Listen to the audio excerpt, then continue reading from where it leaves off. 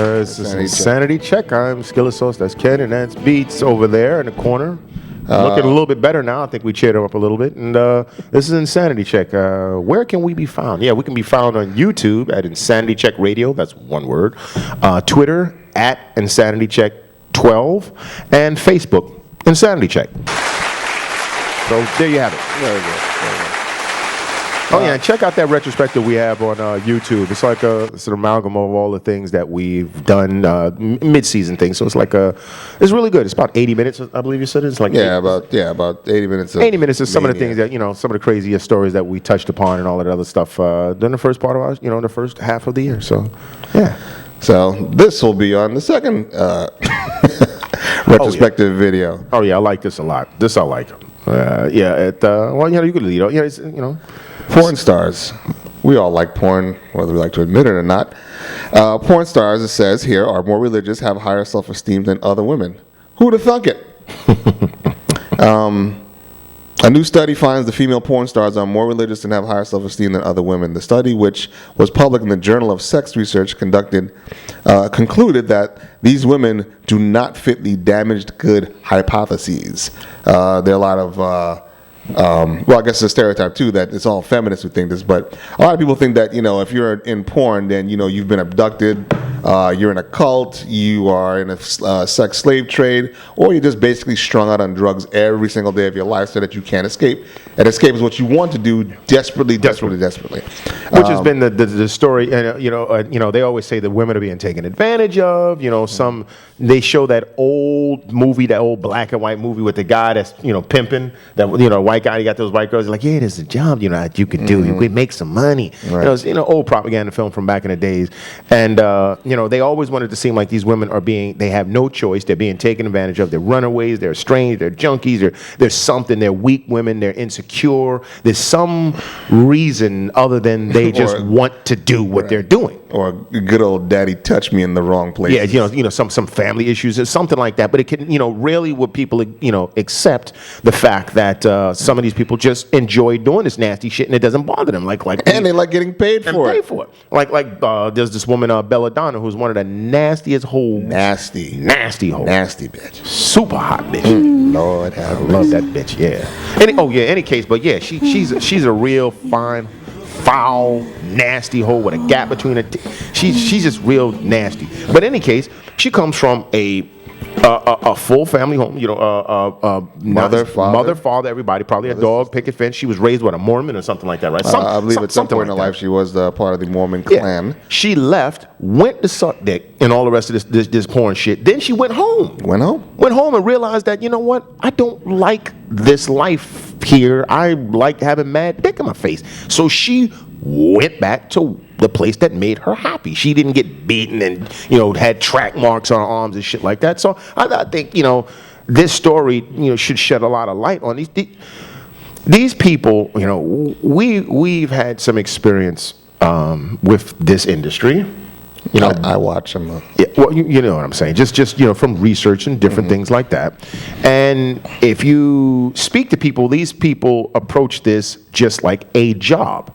Just like how an actor will go, for instance, that son of a bitch, that bum actor from fucking the Transformer movies. What's that? Shia LaBeouf. That bum. Well, he's doing a movie for this sick bastard that makes these, Lars von Trier, that makes these ridiculous fucking movies. And he's actually playing, I think he's playing a guy that's a nymphomaniac or something. I can't remember the whole story, but I just know there's live sex in the film. I mean, there's actual sex in the film. He's actually going to be performing a sexual act in the film. Now, he's not crazy. He just felt like he wanted to do it for artistic purposes, whatever the reasons, but none of the reasons were a gun, a bag of hashish, or some shit like that. It was, he made a creative choice. I'm going to go all the way in this fucking video, and I'm going to do it. And Brown Bunny, that model girl, Chloe Sevigny, I can't pronounce her last name, Sevigny, something like that, who was a model, decided to suck Vincent Gallo, who was I think he was a boyfriend or ex-boyfriend at the time. So this film called Brown Bunny, at one point she gives him a blowjob, and she really sucks him off. He blasts in her mouth. She swallows that shit, and it is in the film. Now, it damaged her as far as her modeling career because unless she's going to be modeling fucking, Dental dams. Dental dams or Listerine or some shit like that, she pretty much messed up her image with that. But the point is, she did it because she felt like doing it. There was no pressure like, you better do this, no yellow suits and shit. So in terms of the study, it says in terms of the psychological characteristics, porn actresses had higher levels of self-esteem, positive feelings, social support, sexual satisfaction, and spiritually compared to those matched up in a similar group of non-pornographic chicks. It's called the study was called Pornography Actresses: An Assessment of the Damaged Goods Hypothesis. The studies compared 177 porn actresses to the sample of women based on age, race, and marital status. So again, apparently, porn chicks feel better about themselves than non-porn chicks. Well, maybe, I'm sure it's not across the board. It's probably, but they probably. I'm thinking there has to be a component to the story in the sense that people idolize them sick motherfuckers that really are into porn. They know the women's names, backgrounds, everything, every movie they've been in, every scene and stuff like that. They idolize these women. Oh yeah, these women are they're not when people see these women, they don't go, yeah, you fucking whore. Obviously there's a sector of society that was like, you're a fucking whore. But when they go to those conventions and all those different things, which are like the Oscars for fucking porn, they have legions of fans that are like, oh, just stand next to me. Let me just have a photograph with you with your titties out. Not touching your titties, but don't just, they place these people up on a pedestal. These women are like goddesses to these people. So I'm pretty sure their self-esteem is just crazy. And in addition to that, again, sure, it may not be the majority, but unfortunately in this society, women aren't the majority of shit except, sex objects. But, you have women who have gone on to owning their own labels. They direct their own movies. They sell their own product. They own the producers. Occasionally, after watching a movie here or there, or I see some chick that I haven't seen in a while, I go onto Wikipedia and just to see, how did it? A lot of these chicks were, some of them were strippers, and then they got called to do photo shoots and then do a movie, and then that's how they got started. But I think it was, what's her name? Who? Luscious Lopez, I think it is. I think her or someone, the bitch was a teacher. The bitch was a fucking teacher. Oh, really? Yeah. But she just liked fucking. She wanted to teach ball juggling now. Teaching ball juggling. So, in any case, this was just to me it was interesting because, again, we're in a normal sector of the world where, women have to deal with, insecurities. They have to deal with self-esteem problems. And of course, the stigma of liking sex. Yeah. You can't possibly do that and come out and say it, or else you get a scarlet letter. Right. I was recently told by a friend of mine that she can believes that if she's fucking 3 guys in a rotation for, let's say, a calendar year, that makes her a hoe. Get out of here. Okay, that's ludicrous. That's madness. But yet a guy could go out, every fucking weekend at a bar and slam some chick, and he's like the man. Right, but that's just the men. To women, he's a dog. Yeah, whatever the fuck. Yeah, that's an insult. First, I hate that. Let me just address that right quick. That's an insult to dogs and men alike. If dogs have certain properties that men share, or men have certain properties that we're not the same. We just do what the hell we do. If it just happens to be similar, whatever. Yeah. Well, that's called thinking for yourselves, ladies and gentlemen. Pay attention. But we're going to switch gears here. Yeah, this was something that really pissed me off. A man gets life in prison after 8th DWI conviction, and I'll just read you a little bit of it. But this to me is a travesty of justice, and this makes no sense to me. It says. At Carmel County, Texas, a Guadalupe County man arrested for his 8th DWI has been sentenced to life in prison after being pulled over last February with a blood alcohol level equivalent to consuming 23.5 beers. So obviously the man is a raging alcoholic.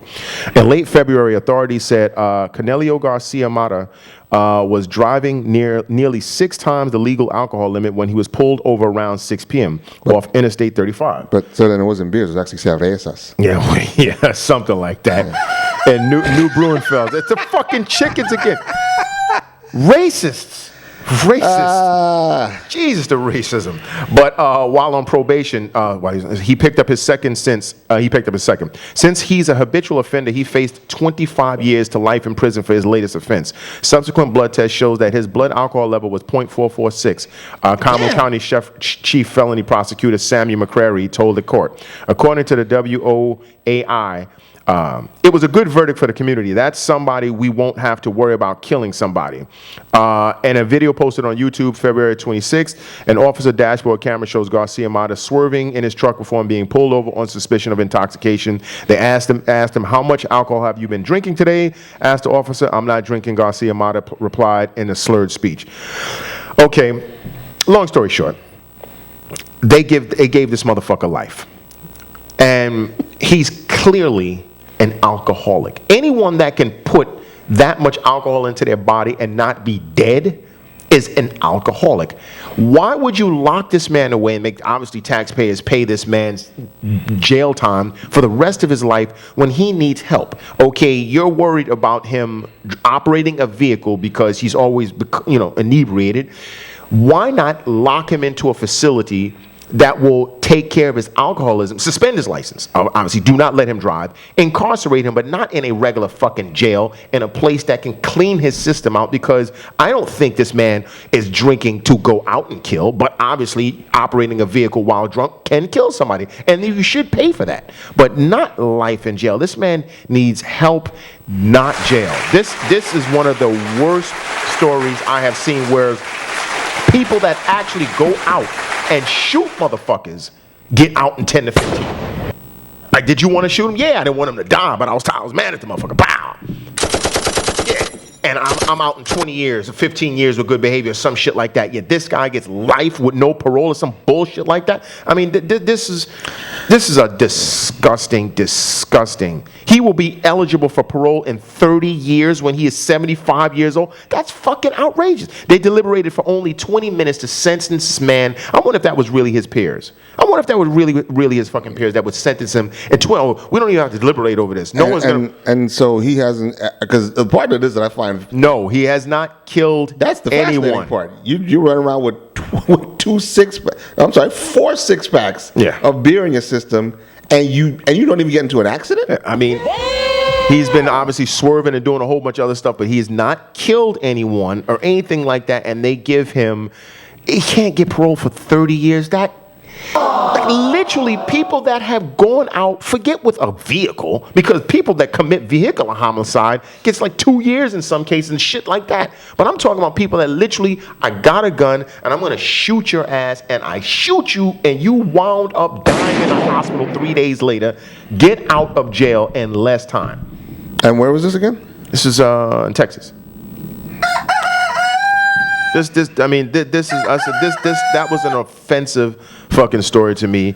I think that is, Yeah, that's fucked up. That's fucked up. Hopefully, maybe someone will, as they usually do. Well, unless this becomes a big case or gets a lot of airtime or social media exposure. This poor bastard probably will do them 30 years. Yeah. Without somebody this is terrible, and I'm pretty sure no one even knows about this story. No one probably even gives a damn. He's another drunk fucking Mexican or whatever they're probably going to say. And this guy has to do 30. I mean, I don't see how the system works in this situation, because you're throwing a man's entire life away when he needs help.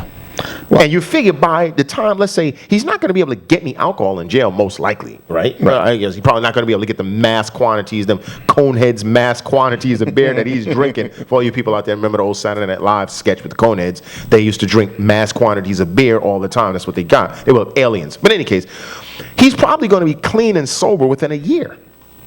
So now he's going to reflect, oh, damn, I shouldn't have drank that much alcohol. So he's going to have 29 years of sobriety to think about, damn. Even if it was 5 years, This is absolutely egregious. This is disgusting. This doesn't help anything. This is ridiculous. And this is not justice to me. There's no way this is justice. There's just no way this is justice. This is just not justice. So, that being said, I just had to get that off my chest because this really, really made me upset. I think that's insane and ridiculous. And I don't know if there's a racial component to this. I don't know. I don't know the ins and outs of who his peers were supposedly, but this is just not right. Well, hopefully, again, someone will see this and spread it around and, try to get this guy's sentence reduced to even, like I said, even 5 years. I mean, I think that's sufficient for a guy who hasn't done anything to anybody except himself. Except himself. I mean, this man has basically harmed himself. He probably won't make it 30 years from the type of damage he's done to himself. But the point is, if he drove through a fucking funeral procession or, crashed into a Starbucks and, ran people over, serious collateral damage and people being run over, I'm like, okay, this dude really needs to do some time to reflect on his choices. But he's an alcoholic. This man is clearly an alcoholic. And the picture of this dude looks drunk as a motherfucker. Yeah, you can probably see him here right now. Yeah, I mean, so.